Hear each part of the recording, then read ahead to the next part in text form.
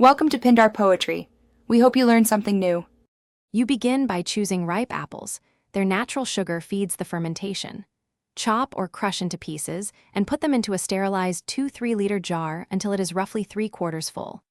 Next, dissolve about 1/4 cup sugar per liter of fruit. This boosts yeast activity, so the mash ferments reliably.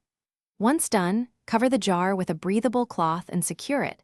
This keeps out dust and insects while allowing gas to escape. Make sure to label the jar with the start date, then place it in a warm, dark spot.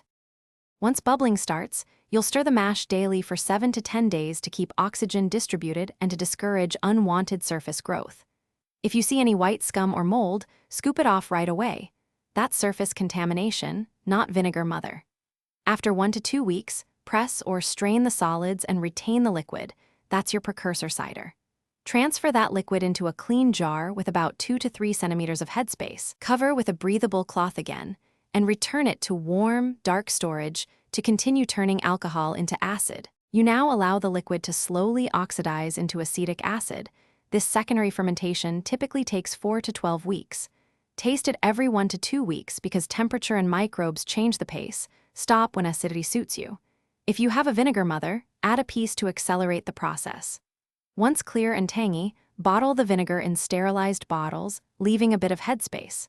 If you want longer shelf stability, gently heat to 80 degrees Celsius to pasteurize, then seal. Troubleshooting tip: if fermentation stalls, warm.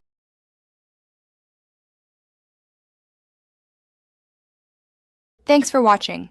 Consider subscribing if we helped you.